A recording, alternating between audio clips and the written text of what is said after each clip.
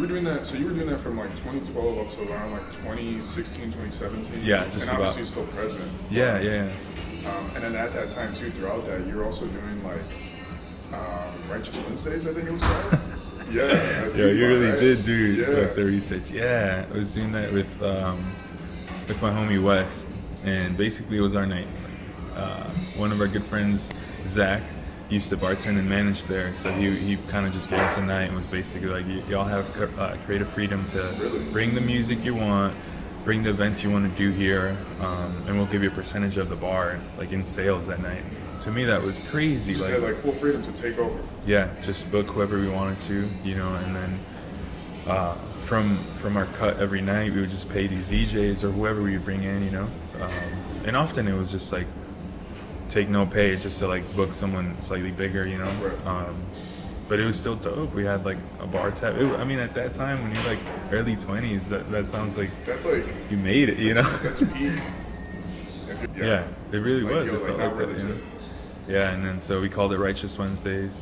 It was a name that me and my homie Wes came up with, and my favorite part was just creating a flyer every week. Yeah. Like making it a big event. Yeah, like, just literally printing out little flyers. I think Beauty Bar we would send them the design and they would print it.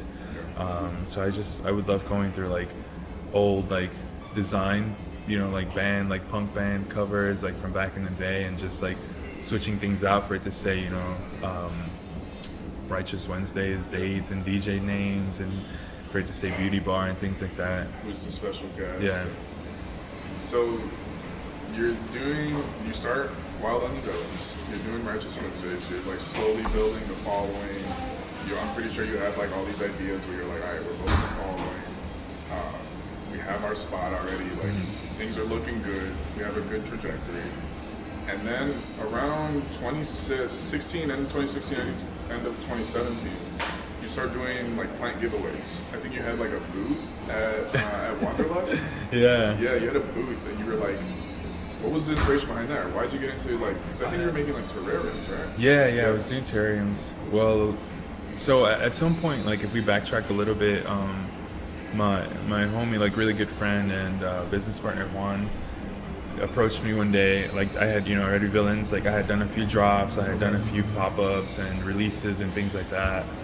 And he one day just approached me and was just like, "Yo, like I see you doing your thing. It's working." He's like, I appreciate what you're doing. And he would like wear the brand too. He would buy a lot of it. Yeah. It was basically like, "Yo, look, I'm on my shit. Like I'm hustling. Like I'm doing this. I'm working here. I'm doing side jobs. Just kind of saving up money." He's like, "But my money's just kind of sitting around." He's like, "I would love to like help you out some way." He's like, "So we got this bread. Let's do something with it. You have control to do it." Yeah. Invest. Yeah, basically. Yeah. And he's like, "I know that this isn't gonna like pay off right away." He's like, "But maybe eventually one day, like pay me a little extra back." He's like, I just want my money to like work, and then so he just invested in you. Basically.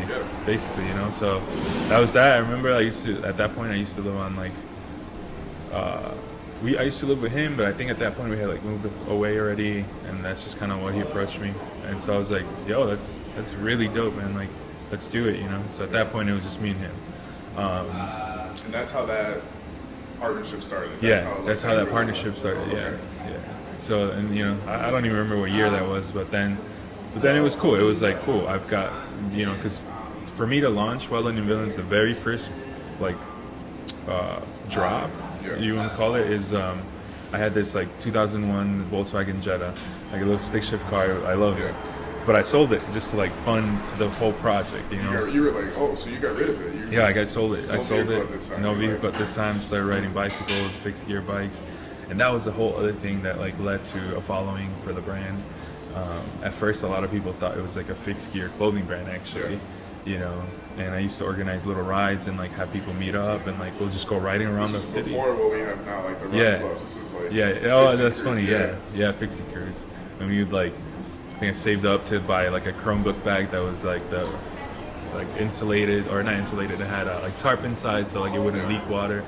Just load up a 30 case of PBR with ice, and I just would be the one carrying it. We'd like all the homies would come through. All the homies just pull up, Because I know back then Fixies was like Yeah. That was everybody. If you Right. had a fixie, or you would tell your homies like, "Yo, let's go ride Lakeshore." Exactly. Yeah. Yeah. We would meet at the Eagle in Logan Square and ride, past Evanston shit, for You would a all while do that. sometimes. Yeah, we would go quite, we'd go everywhere and then just crack beers and hang out.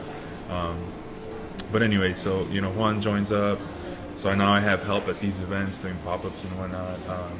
The team's already started to like. Yeah, it's build. exactly, yeah, and got Righteous Wednesdays, and then at some point I started working with my homie Adam Smith, going back to like Yeah. the homie that used to work in the kitchen at Pitchfork. The one that Barry introduced you just to like To get screen started printing, on yeah. your idea, yeah. So somewhere along the lines in parallel, he had started his own screen printing company called Lucky Prints.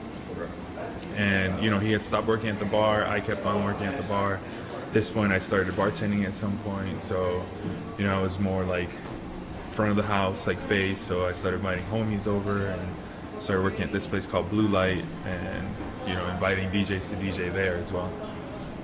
And then somehow he had started Lucky Prince, and he had done a bunch of stuff. Yeah. Like grew a lot in a small time. So you guys are both already like Yeah. doing your own thing, but like still leveling up. Exactly, yeah. So at some point he like outgrew the space he was at. He used to be on Irving Park and Damon, and moved to this much bigger space. And at times he would take on these huge projects that didn't, and his staff was pretty minimal.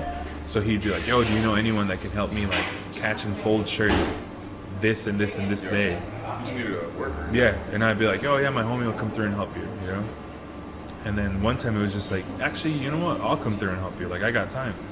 And that's how it started. I think I was there for like a full week, just like catching t-shirts when it was coming off the dryer, folding them, counting stacks of 12, bagging them, whatever Just it was, helping. just helping. Being in the shop. Yeah, and then at some point, I don't even remember correctly, he was like, "Yo, actually, would you want like a permanent job here? Like, would you want to work here?" Really? And at this time, I was just working at night at the bars and stuff. And You were still bartending at the yeah, started bartending, doing like, busboy, barback. And I was like, "Yo, that sounds dope." Working at a screen printing shop when Yeah. I'm trying to do my clothing brand, that sounded like, It's like a no-brainer. It's No-brainer, like, right, That's the world I want to be in. yeah, exactly. We printed our shirts through them anyways already, so it was like, I would love to be hands-on. So at first, I didn't even know what that meant, I was just like, yeah, I'll catch shirts, fold shirts, which I did. But then a good friend of mine that works there, I met him there, Brigham, he was managing and building out this small team with them as well. And I don't know if it was his suggestion or Adam's, I can't remember exactly, but they were like, "Yo, we should pull him from that and put him like front of the house." Yeah. Like, doing some light graphic design work, eventually like handling accounts and managing, not accounts, but like, customers or whatnot. Yeah, they're like, well, he's ready for promotion. Yeah, exactly. So they like moved me up to work with them. So now I was like sitting at a computer, like literally doing design work, learning how to do Illustrator and Photoshop. Because of both of them, they would teach me a lot of things, And So it's exactly what you wanted. dude, That's it what was more than I wanted. needed that, yeah. So I learned a bunch of Illustrator hacks and like tips and tricks and whatnot really quickly, because both of them were self-taught as well. None of them went to school for this. So I they, feel they like taught you all like the real stuff, Yeah. Like, don't get me wrong, like you learn a bunch of things from school, Right, yeah. but like, I But the feel like actual, like, you don't need to know sometimes just like